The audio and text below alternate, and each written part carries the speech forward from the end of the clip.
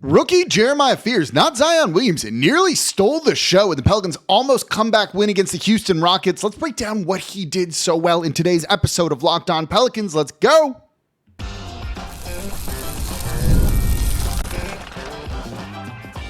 You are Locked On Pelicans, your daily New Orleans Pelicans podcast, part of the Locked On Podcast Network, your team every day.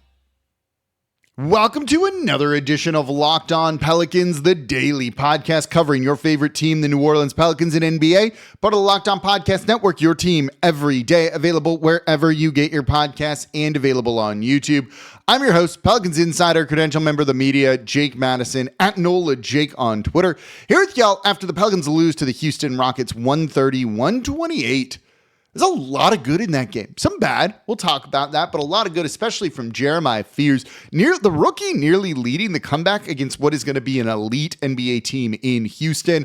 We saw great things from Zion Williamson, from Trey Murphy, and others. We're going to break it all down in today's episode of Locked On Pelicans. Today's episode is brought to you by Game Time. Download the Game Time app, create an account, and use code LOCKEDONNBA for $20 off your first purchase.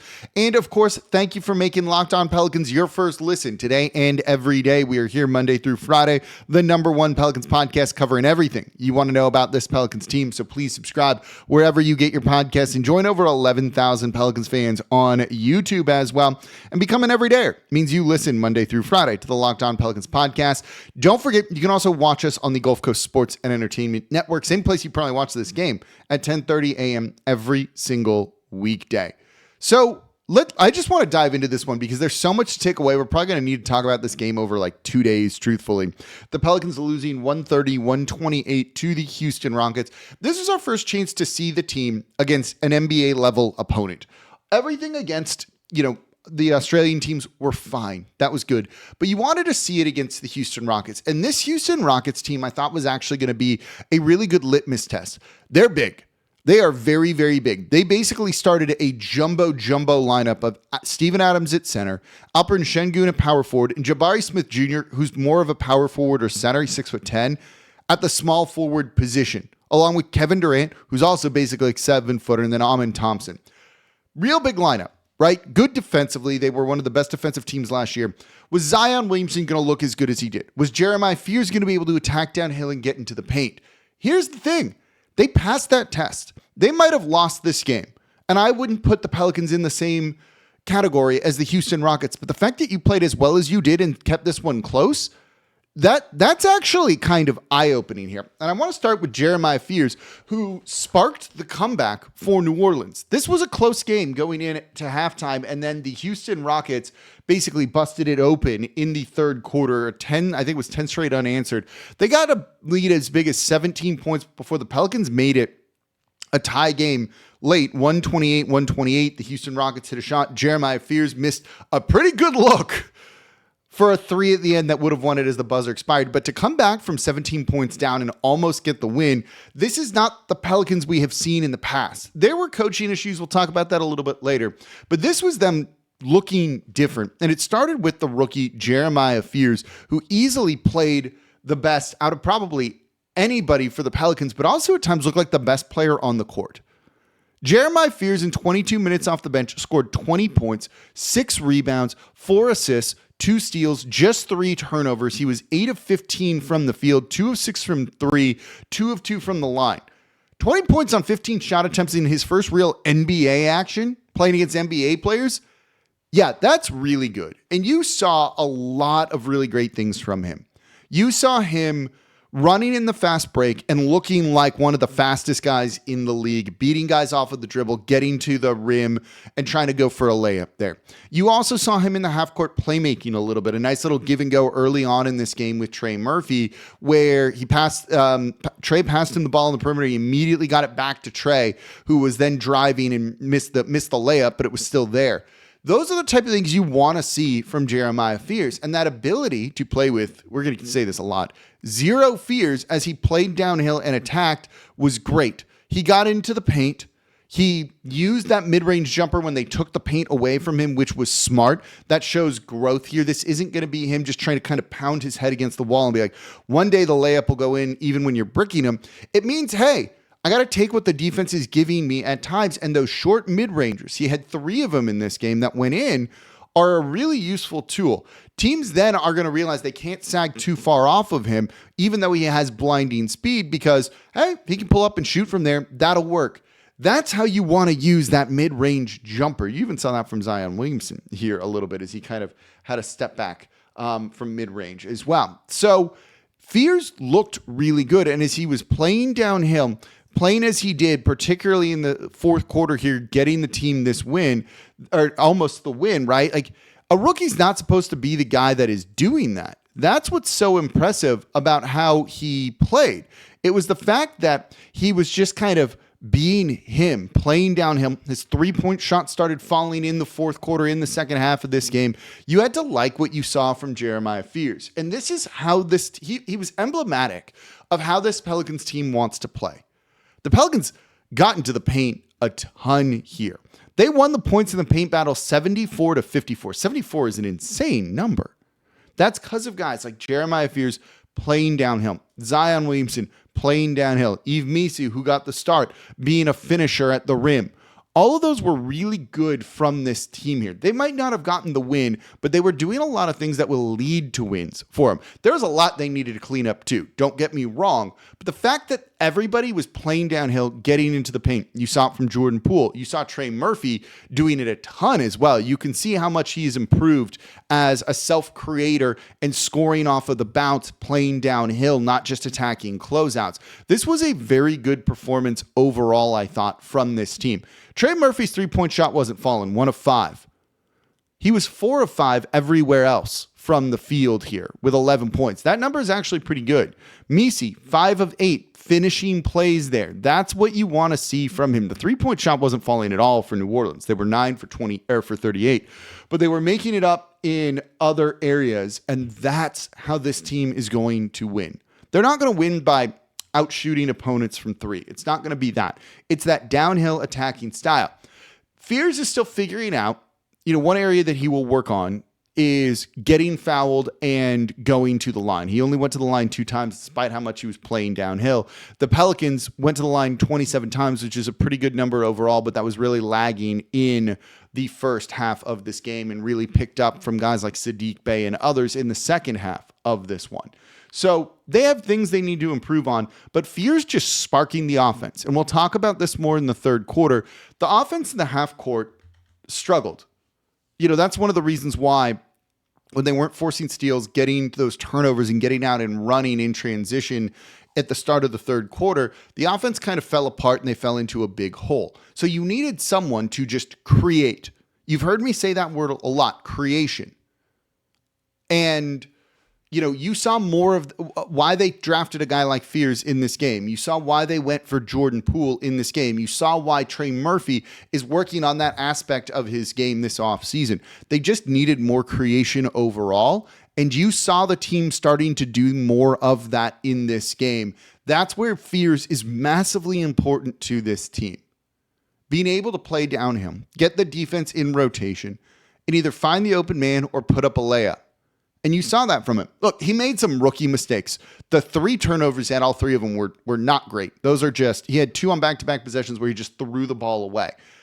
It's fine. He's a rookie. 3 turnovers isn't that much in the first place here. And New Orleans had 16 on the night. That's not the end of the world to me here. You'd like it to be lower, certainly. But for a rookie, whatever, 3. It's not 7. It's not 8. We see rookies do that all the time. So I loved what we saw from Jeremiah Fears. That 3-point shot at the end almost went in too. He looked really good. He looked the part of the 7th overall pick in this game. You should feel very encouraged from him. The stat line shows it this time too.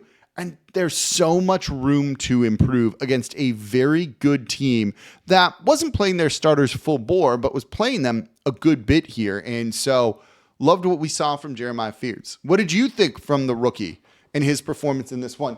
Let me know in the comments down below on YouTube. So coming up next, what about Zion Williamson? It wasn't his offense that impressed me. I'll tell you what it was. That's coming up here next in today's episode of Locked On Pelicans. Today's episode of Locked On Pelicans is brought to you by Monarch Money. Most people can't name all their financial accounts or even what's in those accounts. So whether it's 401ks, properties, investments, when you don't have the full picture, you can end up leaving money on the table. And that's why there's Monarch Money. It's an all-in-one personal finance tool that brings your entire financial life together in one clean, easy-to-use interface. It's on your laptop or your phone. And Monarch is built for people with busy lives. If you put off organizing your finances, Monarch is for you. Monarch does the heavy lifting. You can link all your accounts in minutes. You see clear data visuals, get smart categorization of your spending, and you just finally feel in control over your money, and you don't have to touch a spreadsheet. So you can identify that you're not saving as much as you thought. Maybe you're working on your finances with your partner. You can both do it in the app so that you are aligned, avoiding fights, and on the same page in achieving your goals.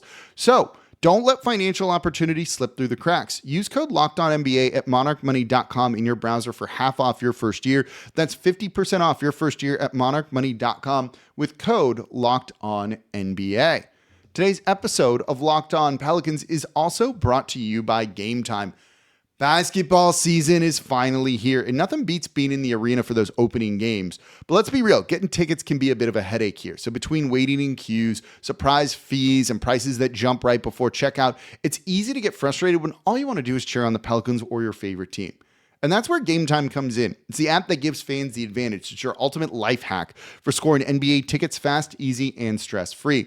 I've had a bunch of people tell me they're excited after what they see from the Pelicans in preseason. They want to be there Friday on opening night next Friday against the San Antonio Spurs. See Victor Wembanyama too.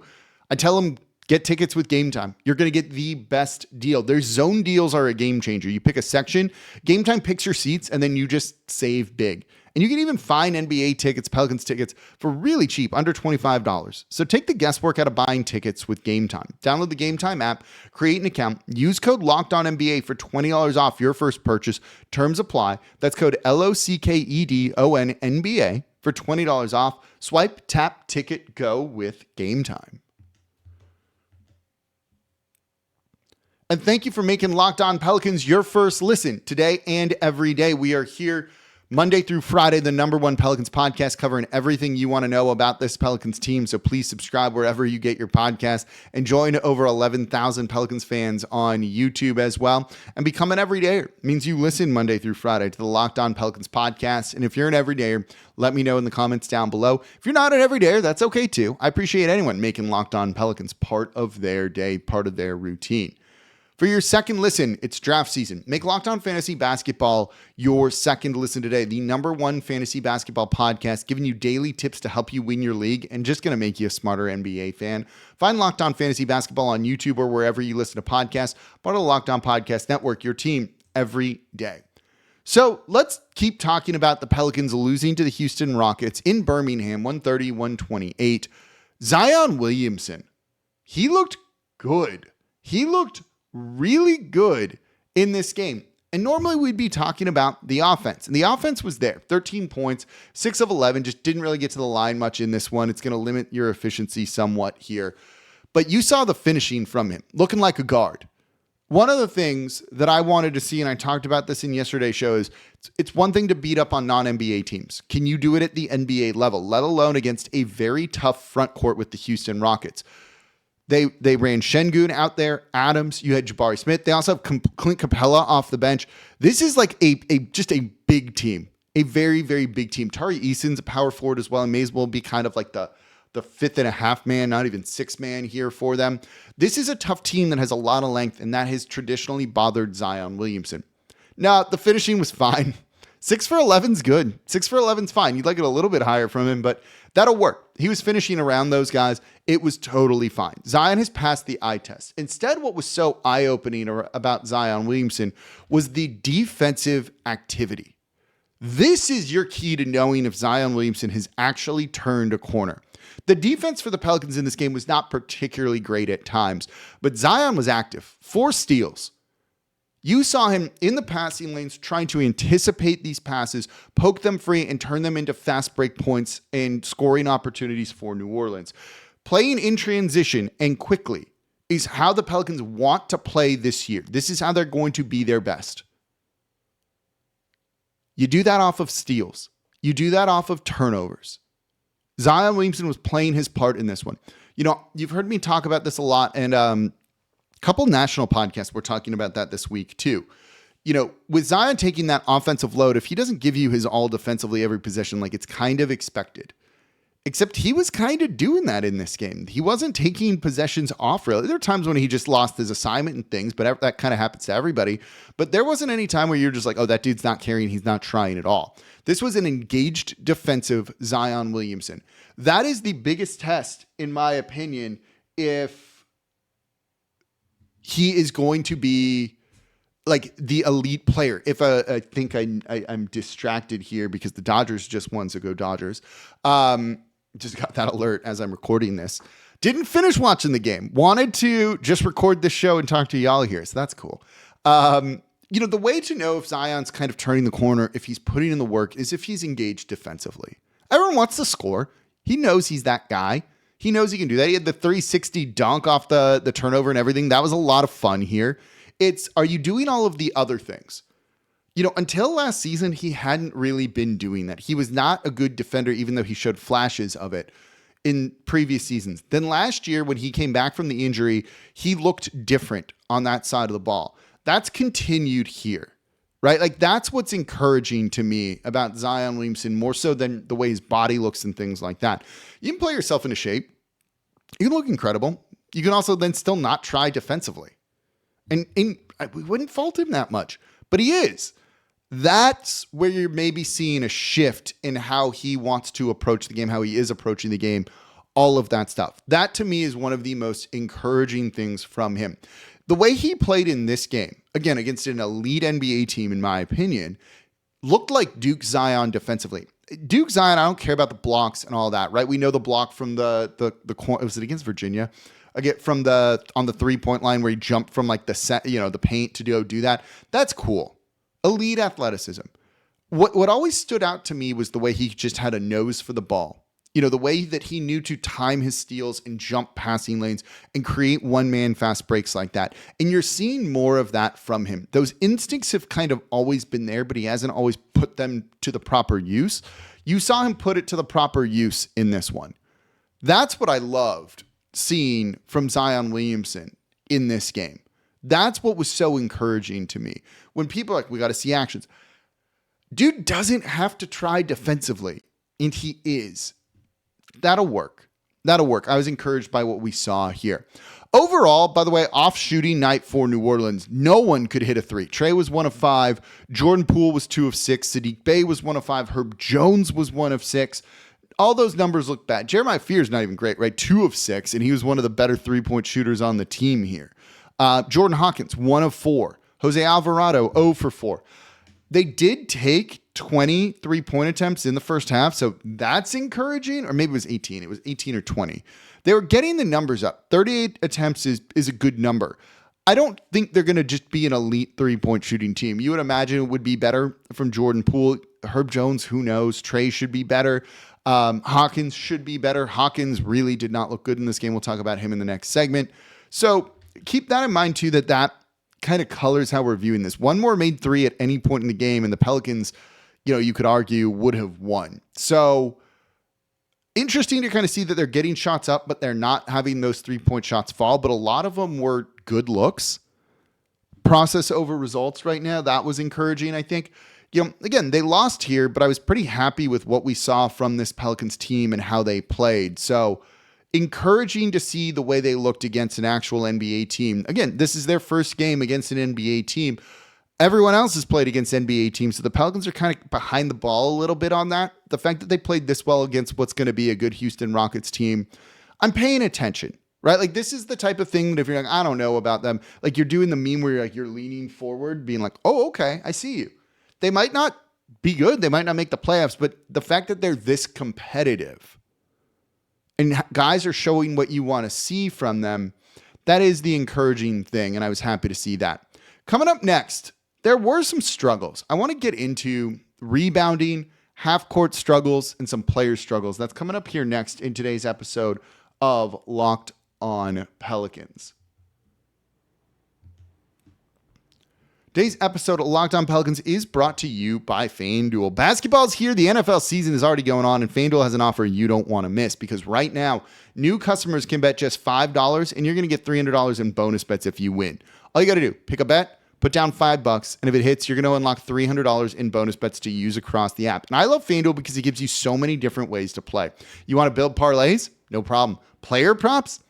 All over the place there. And you can even follow the live lines during games. So if you miss tip-off, kickoff, whatever it might be, it's all right. You can still get in on the action. So it just makes watching football, basketball a little bit more exciting when you've got something riding on the action.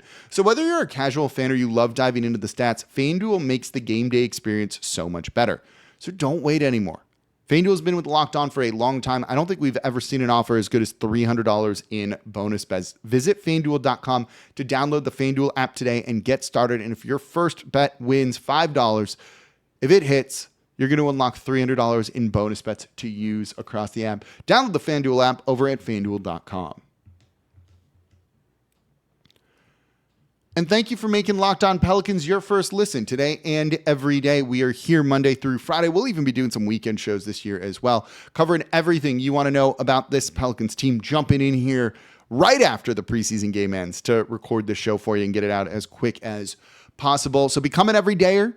Let me know if you're an everydayer in the comments down below. That means you listen Monday through Friday to Locked On Pelicans. Please subscribe wherever you get your podcast. Join over 12,000 Pelicans fans on YouTube as well. That's an incredible number. And you can, of course, watch us on the Gulf Coast Sports and Entertainment Network every single weekday at 10:30 a.m. Same place you watch your Pelicans play. Just don't change the channel, and Locked On Pelicans is going to be on there.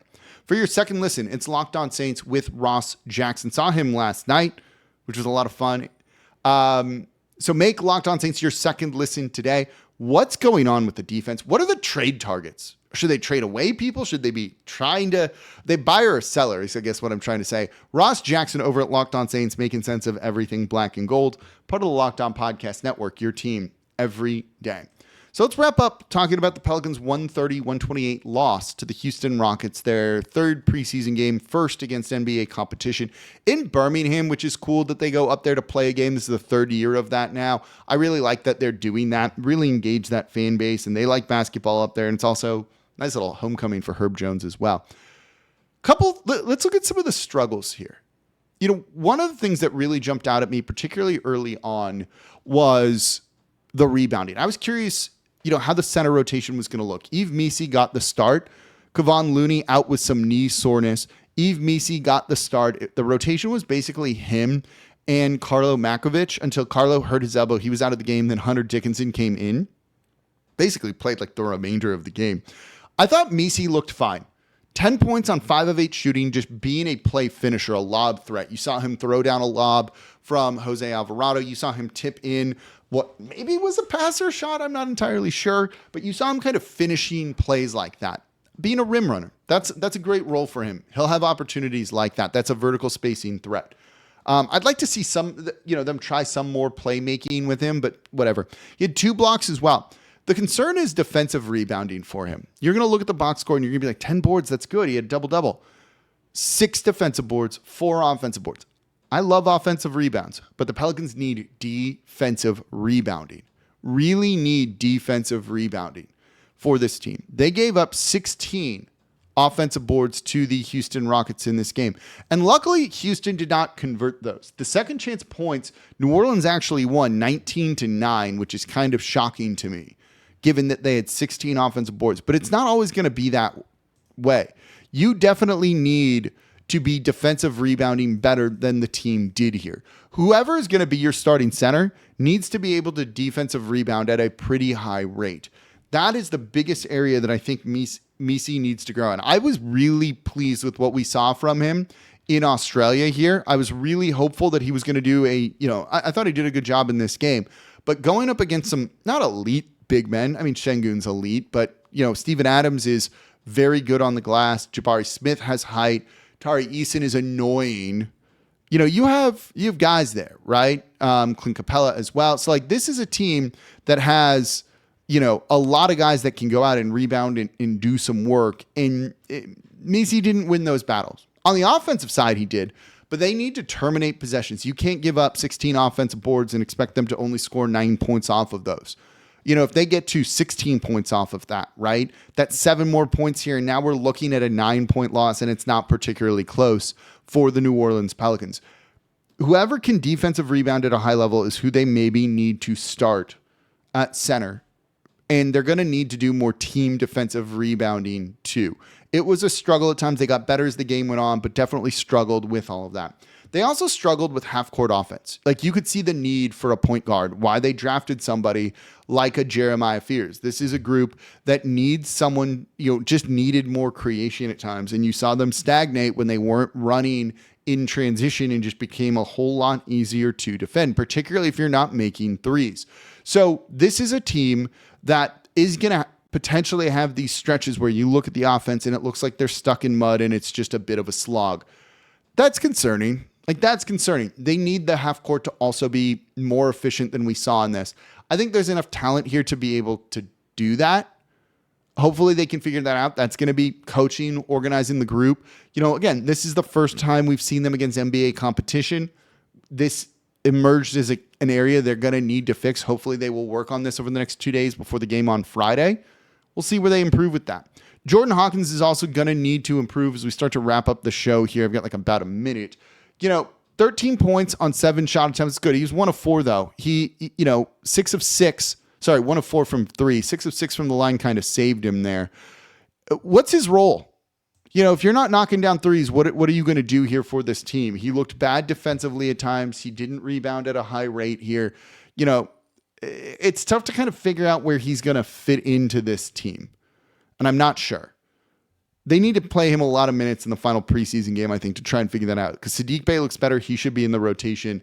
He was the first guy in off the bench, certainly over Jordan Hawkins here. So let me know your final thoughts on the game in the comments down below. That's going to do it for this episode of Locked On Pelicans. As always, I'm your host, Jake Madison, at NOLA Jake on Twitter. This is the Locked On Pelicans podcast, part of the Locked On Podcast Network, your team every day. Be back with you all tomorrow. We'll probably talk about pace and offense.